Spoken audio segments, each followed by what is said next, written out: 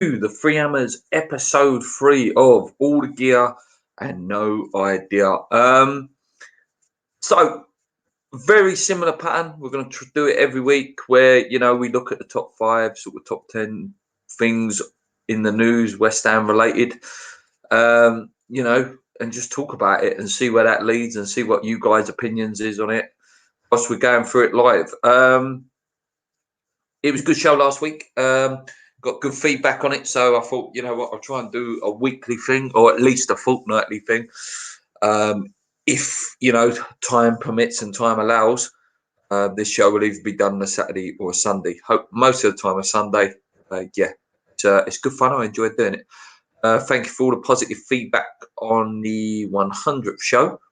It was a really enjoyable show. Really enjoyed making the 100th show.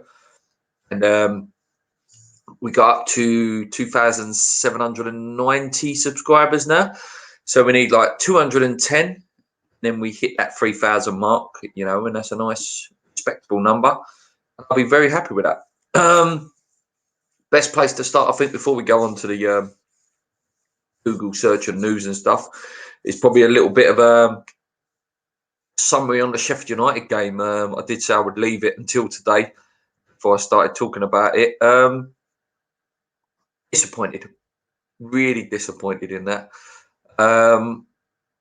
We just didn't. I don't know. It's just some lack of quality in there.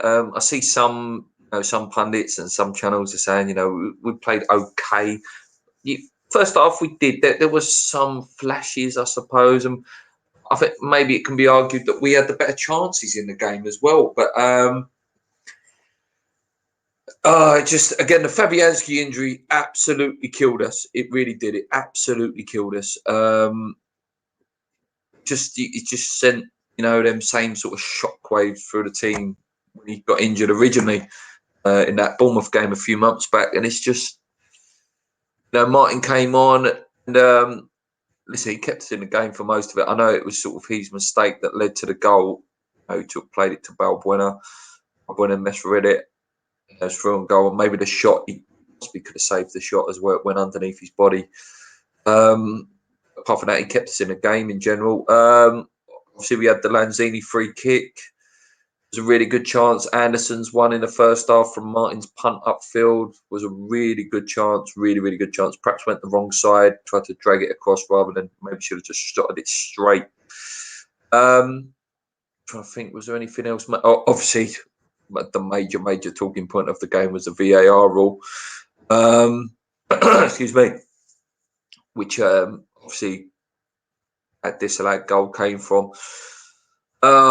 It's a bit boring now. I keep talking about it, but yeah, the ball was obviously headed into Rice's hands. There's no way he could have moved his hand out the way. It was an accidental handball. It's just, it's just ridiculous. It's a ridiculous rule. Obviously, that is the rule, and that is the constant argument that keeps coming out at the minute from the pundits. That is the rule, so technically that is the right decision. But we all know that shouldn't be a rule, or the rule is too.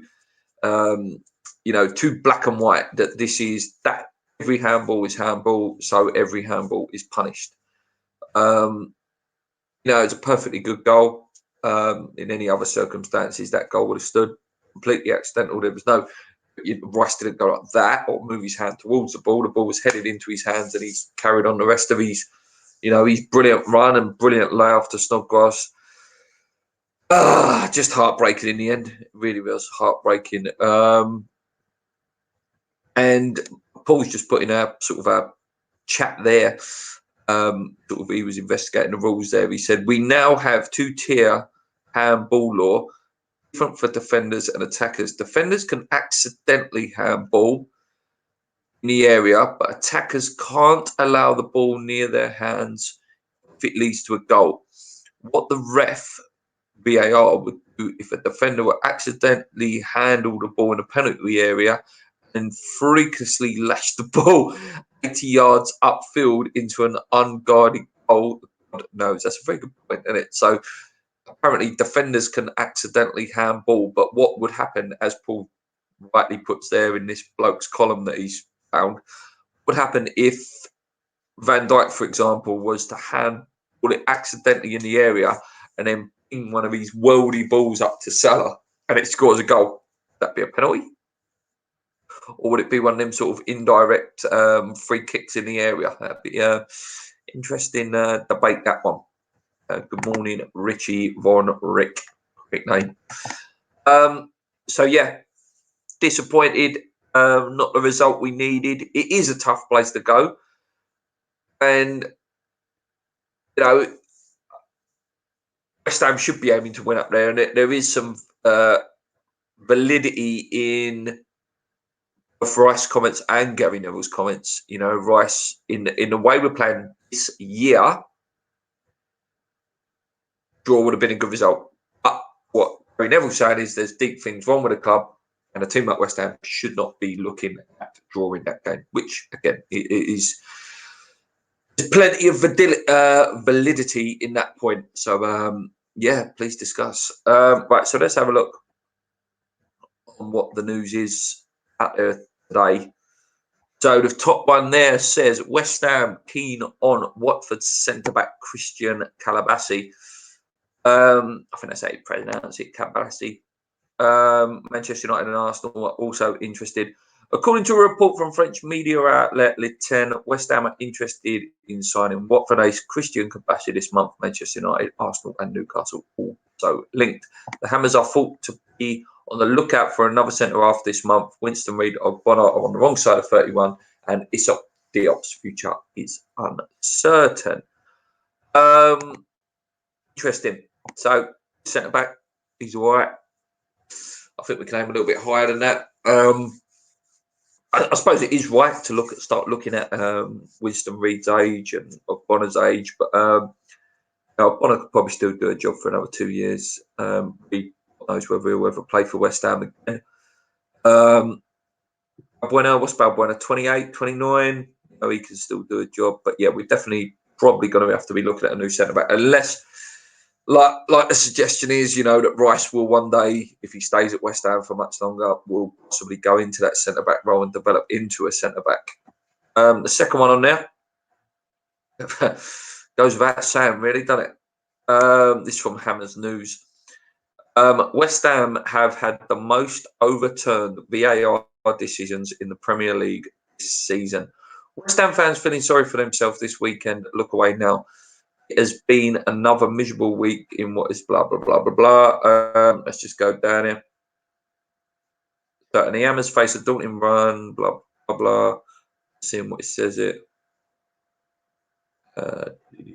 Yeah, the Hammers have seen seven incidents overturned to their disadvantage. And there have been countless incidents that should have been reviewed and ruled in West Ham's favour, but won seven incidences that have gone against us this season. It says a lot, doesn't it? It really does say a lot. And why is it always us? Why is it always us? Do you know what I mean? It's always us that are the only team that not benefit from VAR. Do you know what I mean? In over a season. It's just ridiculous. Any questions, guys? Any topics you want covered, please let me know. Rick Von Rock, Martin Samuel has been told he has no future at the club. Yeah, it just seems that from someone who was a hot prospect, I remember going on to Peterborough about 3-4 years ago, and he was just putting on worldies, looked like Messi for them. It just, I don't know, just hasn't worked out for him. Yeah, sadly, could be off.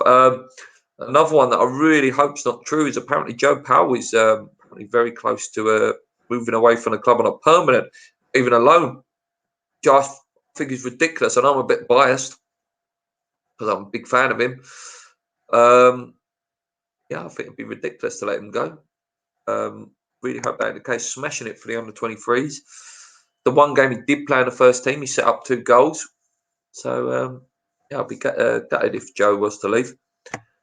Obviously, moving down here, so footballfancast.com says West Ham set to lose Fabianski for the Everton game. I think that's pretty obvious. I think we were losing for quite a while, to be honest with you, which is really, really guttering.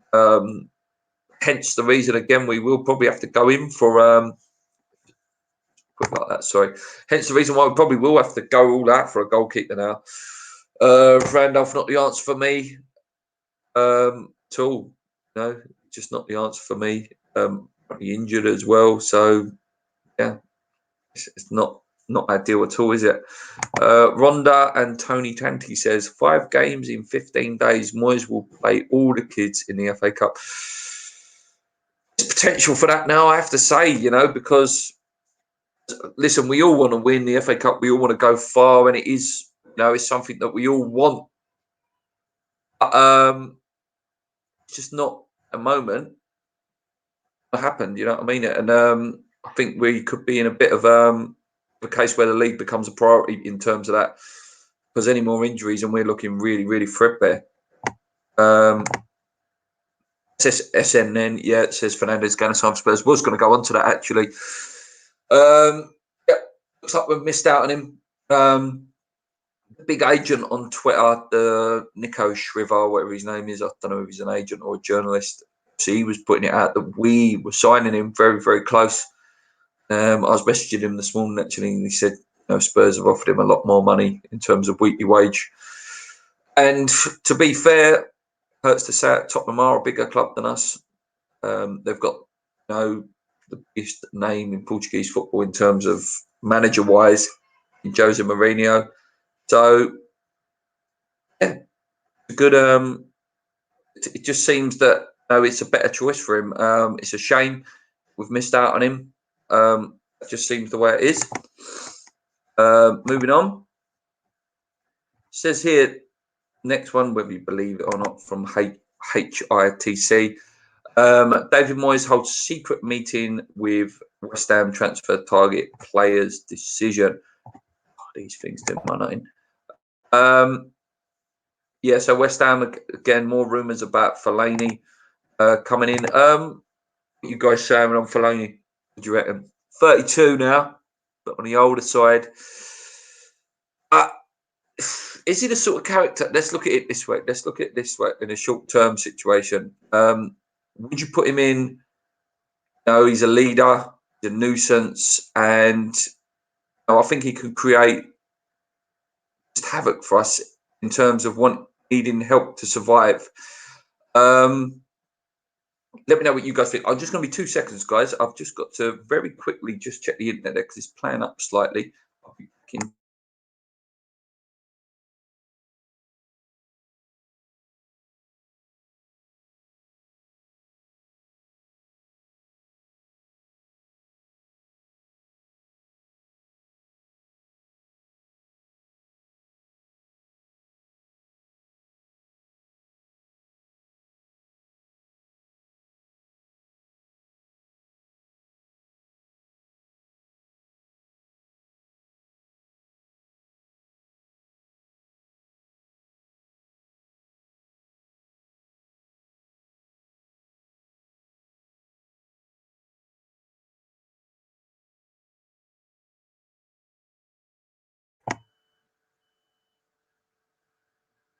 Hello, guys. Yeah, I'm back. Sorry, I apologise for that. The internet was just a bit choppy there, and I was getting it. Didn't want it to affect the stream too much. So yeah, I just had to check that. Thanks a lot, guys. Richie says no thanks to Fellaini. I don't particularly want him, but I say the only thing I can see with it is a quick fix. If in 6 months he scored 5 goals in terms of we went into a long ball lump it team, these goals sort of us up and was just a bit of a nuisance, bit of an annoyance for other teams, kicking players up in the air and rattling people, then maybe there's a little bit of something he could offer us potentially. But yeah, I'm not too keen at all. Put back to that one. Sorry, not that one. I like one so that you can see the article bigger. Next one says, did David Moyes' comments put off Gedson Fernandes joining? I didn't see this, so this is again Hammers News. Thanks, guys. I can actually read what he says, so let's just see what he says here. So just blah, blah, blah. Okay, what did he actually say then? Blah blah blah. Is David Moyes to blame? The key factor in Fernando's move away from Benfica for both parent club was first team game time. What did Moisey say? Moisey said, Gedson Fernandez is one name we're talking about. He's a young player with potential, probably more for the future. From that point of view, I'd like to bring young players in for the future. Players we look to build us, give a strong youth team, blah, blah, blah. So maybe what they're trying to suggest there is that he said that if with Fernandez was to come in, obviously he would be more as a youth sort of thing and maybe wouldn't come in and play first team action. And maybe at Tottenham he might get it, but then would he get it at Tottenham? Would he get definite first team action at Tottenham? They've got a very good, strong midfield. He says Fellaini has 2 years left on his contract at 32, not worth playing. His release clause just to have him maybe just 1 season. That's what I'm saying. He's not the future of the club. If he was to come in for 6 months, and I say create a nuisance, do a job, then why not? Do you think the delaying of the board sacking Pellegrini will cost us at the end of the season? We dropped so many points from them games we should have drawn or won. Yeah, there's an argument for that, Rhonda, or Tony, whoever it is. Might be both of you. Definitely an argument that they left it too long. I think Gonzo pointed it out, for those of you who know Gonzo from Hammers Chat. I think maybe Arsenal game should have been the final bullet there. The way we just completely capitulated when we went to 1-1.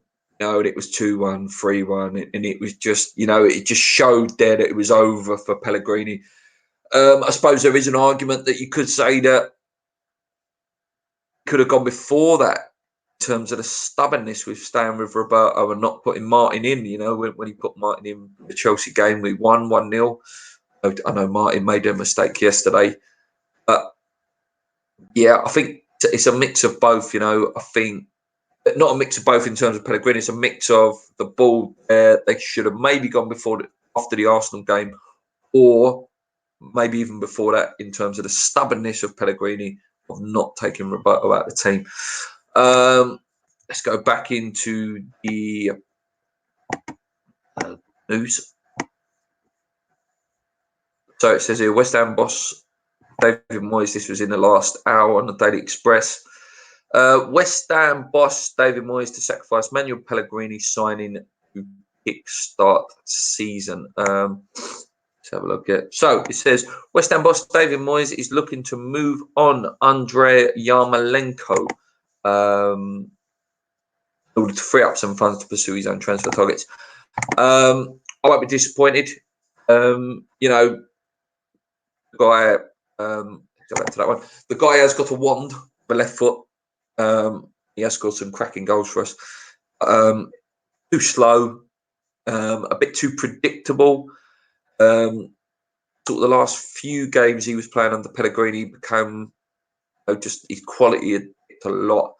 I think it's a case again, we've bought someone who's come off the back of but he was a top player at one point. Listen, when he was playing in Germany, he was a top player.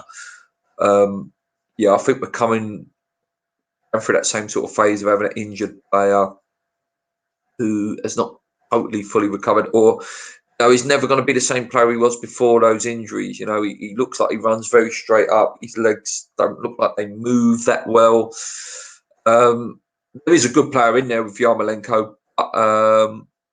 Wouldn't be too bothered if he was to go. He says, "Morning, Luke, you beast."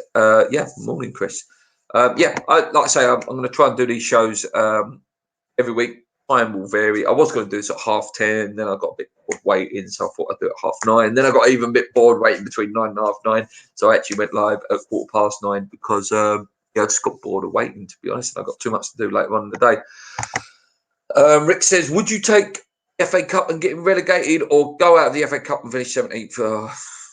Such a tough question, but it's not a tough question because you have to stay in the Premier League. You have to stay in the Premier League.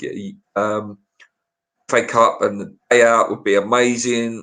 Be amazing to see us on telly and then lift the FA Cup. But no, have to stay in the Premier League. You have to, and it's sad that that is the case. You know, that if you do get relegated now, your team gets ripped to shreds. You know, like sort of 80s, 70s, 80s, your teams wouldn't have got ripped to shreds as much. But now, not that we've got this amazing team. It's just that, again, that rebuilding process, and you do lose the players you care about. You don't lose the bad ones. I mean, no one's coming in for Roberto if we go down. No one's coming in for. I'm trying to think. There's some really bad players we've got at the club at the minute. You know, they're coming in for Rice. They're coming in for Diops. They're coming in for players like that. You know, that's where it's painful going down, and there's too much money. The stadium would be absolutely toxic. You know, 60,000 seat stadium with probably only about 30,000 in there would just look ridiculous. So no, yeah, finish 17th and go out the FA Cup. I mean, I don't know what you guys think. A bit controversial one that, but thanks for the question. More about Fellaini now. Can't to read that. Scouts from Manchester United, Newcastle were all present at the game. Leon went up and moved. There's another we're linked with there. Obviously, a lot of talk. I'm not going to click on that one because I can just talk about it. So a lot of West Ham fans on Twitter sort of spouting that Mark Noble needs replacing. Listen, you know, you all know me. You know, I was a big critic of Noble for years. I can sit there and say, you know, when he's played good, and I can sit there when he's played bad. You know, Bournemouth game, he was outstanding. Friday night, he was awful. He looked slow. Passing wasn't there. I think he is starting to get to that stage, you know, where he can't play too many games. There is still a place for him in the team at times. You know, that there's times when we need him, and there's times when he can switch it on and play absolute worldies. We have got to be looking to replace him. We have. There's no question marks about that. You know, he can't run around forever. He's 32. He's played a lot of football for a 32-year-old as well. You know, so you know, within the next year, yeah, I'd say the next year. I'd say he would still be at the club for the next probably 2. In the next year, he needs to be looking to be replaced. Another question, actually. Why the hell was Pablo Fornals not starting on Friday night? I will not know. Our best player, our form player at the minute, he was on the bench. It's just ridiculous. That's some sort of question marks you do have to put to David Moyes there. I'm close. It's all that sort of stuff, really. Tottenham close. West Ham target Piatek has received glowing praise. Piatek, a striker, obviously from AC Milan. Player, be great if we could get him in, but I can't see it. I can't see him coming West Ham. Man United joined the race for Diop. Seems to be really hotting up. It does, and the fact that he didn't play on Friday night, I know he was on the bench. You know, I think there's some smoke there. I really do. O'Connell obviously coming out and saying that he has not heard from David Moyes yet in terms of joining the team. Yeah, it's just loads of stuff about Man United wanting him, and you know, all the VAR stuff. Pretty sort of standard stuff.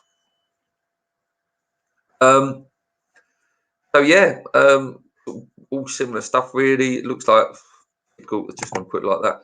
Looks typical, you know, West Ham to miss out on a player. Looks typical to be sort of linked to players that not long-term plans, Fellaini's, Joe Allen's, etc. Whilst missing out on your Fernandes, your Piateks, your Barbosas, players. Again, listen, let's not sit here and kid ourselves that we know loads about these players like Fernandes, Barbosas, and people like that. I'm not going to sit here and say I'm a scout. I'm as guilty as anyone. You know, you hear a name, a foreign name, you're like, oh god, this guy must be good. His name's Lanzini Ronaldo or Buddy Fernandes or Gabriel Barbosa, and you automatically think they're a good player. You know, we're all guilty of that. Listen, there are some of them are really, really top players and improve our team. But you know, we have had it before. Raul Jimenez. Who's the other guy? There's loads. There's been loads over the years. Zaza, Irlan, Savio Noresco. You know, how excited were we when we signed these players? You know, and they turned out they weren't that great. It's not always a guarantee. You know, just because they've got this luxury name and they've played abroad that they're going to be worldies. But I do hope we do sign someone soon. We need something again. Signing can really excite you and excite the fans and get us going again. But it's something we need. We need a signing now, and hopefully not selling too many of the big boys. And I said I wouldn't be too fussed if Diop was to go, but yeah, if someone like Yarmolenko was to go, I'm going to be honest. He played all right on Friday night, but I wouldn't be too bothered if someone like Masuaku was to go as well. I know it's quite a universal thing with the West Ham fans at the minute. I wouldn't be too bothered if Lanzini was to go, to be honest with you. He did play all right, actually, towards the end of the second half on Friday night, Lanzini, but I wouldn't be too fussed. It says, remember how bad Moyes' subs were last time he was manager and strange things. Yeah, there's definitely question marks over his subs, mate. I've seen a few people analyse the game a bit deeper on Friday. There's arguments, he set up to draw that game, I think. That's fine, and it was working, and it's not David Moyes' fault the way the goal went in. That's not his tactical error in any way. When that did happen, was too slow to change it. He should have changed it, within 5 or 10 minutes of that goal happening. Because at that point we are chasing the game. So yeah, there's definitely question marks there in terms of. I'm not saying the way he's set up. I think the way he's set up was quite well. It's the ability to change it when it hasn't worked out. Do you think that European clubs treat West Ham under current owners as a club they can sell average players at inflated prices? Possibly. I also think there's something in that we're used as a club to fluctuate prices. We're used as a club to get the news out there for the bigger clubs, to get the big clubs moving. So it's like, West Ham are linked. He's going to join West Ham. Like his agents are on at Man United, Tottenham's, etc. Like for this Fernandez deal, for example. And West Ham leave. And I don't want to be that harsh, but I do believe maybe we were really close to getting him. And then Tottenham pull their finger out and go, bush, bush, bush. We want him. And I think maybe we used a bit like that. Richie says Moyes set up not to lose. Yeah, and I don't like that. Must I say the setup was okay? Because what I'm saying is his plan was not to lose. So his plan working. It's not what we want. It's not what we want as West Ham fans. We want to set up to win. There is an argument that, and I think Pellegrini got like that towards the end. He was setting up not to lose rather than setting up to win. You need to. You want the opposition to counteract your tactics, not you countering them. You should set out to play the way you want to play with some knowledge of the way the other team plays. It shouldn't be you changing your methodology too much. And that thing of not losing, because when you go 1-0 down and your whole plan is to not lose, the mentality of game, the way the game's played out just totally throws teams, and it's it doesn't work, does it? It's not right in terms of the way we want to play as a team. Any questions, guys? I'm going to go for a little bit longer. Obviously, there's not that much news actually. It's a little bit quiet. Obviously, we can look at the games yesterday. I suppose that's a little something we could talk about. Let me just get up the results from yesterday. Bear with me, guys. Show 101. We're hoping to do that on Wednesday, guys. I am in touch with Dave Walker again. Sorry, Thursday it will be. I'm in touch with Dave Walker from the West Ham Way. I know you guys really like him. So, hoping to do a show with him on Thursday if we can get him. If not, we'll come on at some point. But let's have a look, guys, at yesterday's results. Do it that way so you can see it a bit more. So yesterday, results wasn't too bad for us, was it? Obviously, Crystal Palace drew. Only lost. The Everton game was a bit of one for us because, if we were to beat Everton, we would have gone above them if the result would have went our way. Southampton absolutely flying now, beating obviously Leicester. Leicester sort of just drifting off a little bit now after they've had a great season, whatever. Norwich losing's good result. Newcastle Wolves, would have been better if Wolves would have won that for us, and obviously Tottenham losing is a bonus whenever. Today's games, obviously, need Man City to do us a favour, which I expect them to do. Aston Villa, and obviously Bournemouth versus Watford. I suppose draw wouldn't be too bad a result in that game. Looking at the table, guys, it's just bleak reading, isn't it? I'll make it a little bit bigger so you guys can see it. 16th now, 22 points. It's just, I don't see where we get out of this again. It's just that constant repeating ourselves, isn't it? Of next game's huge, the next game's huge, and it is. It's Everton obviously next. Everton beat us, they're clear of us. They'll be 9 points clear, more or less, of us. And if we beat them, we're only 3 points behind them. It tightens it up again. But I don't fancy us against Everton, boogie team. And just ridiculous, though. You look, we've only won 6 games all year and lost 11. That is so poor. So poor. Obviously, Liverpool ran away with it because they've got VAR on their side this year. I don't think there's much else to talk about, to be honest, guys. Unless there's any topics you've seen or anything like that you think that we should talk about. A short one this week. Thanks for joining us in the chat, guys. I would have a quick look to just see if there's anything else that we can talk about, to see if there's any other news in this last couple of minutes that we've missed out on.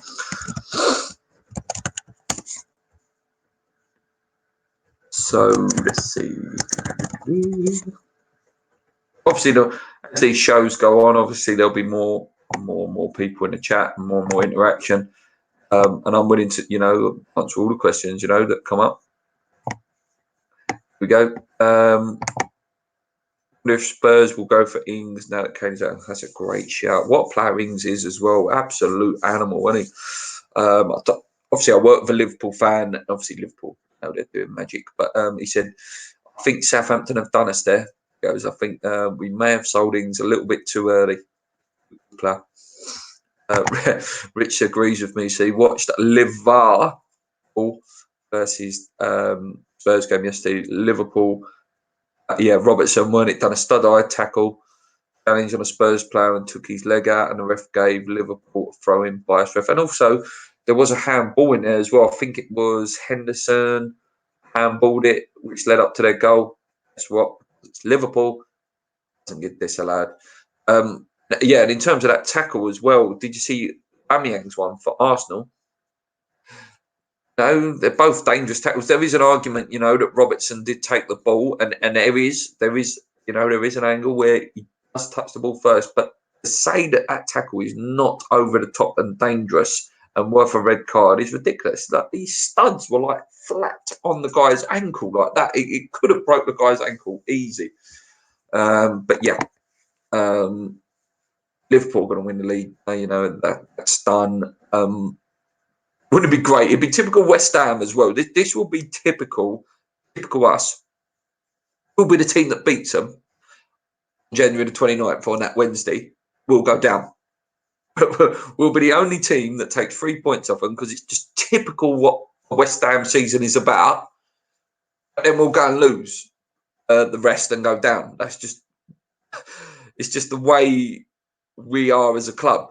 Oh, yeah, we beat Liverpool. We stopped their run. But then we go and play absolute crap against the next teams.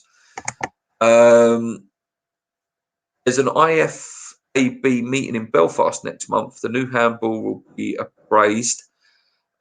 Surely they must change the rule. Oh, surely, Brian. That rule is too black and white.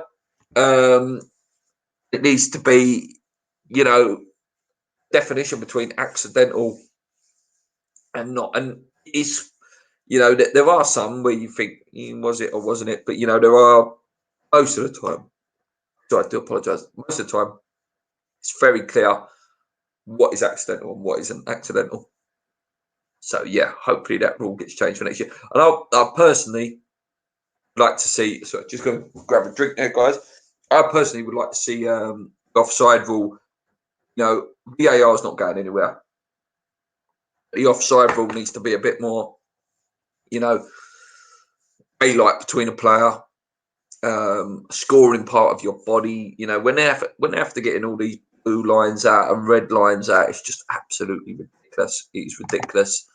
You know, it needs to be, you know, if there's clear daylight, or by clear daylight, it doesn't mean that there's an actual gap between the player. It's like, you know, if there's a full on lean or a full on like half the player in front, then yeah, but none of this like, oh, his elbows offside, his heels offside, his ball patches offside. Do you know what I mean?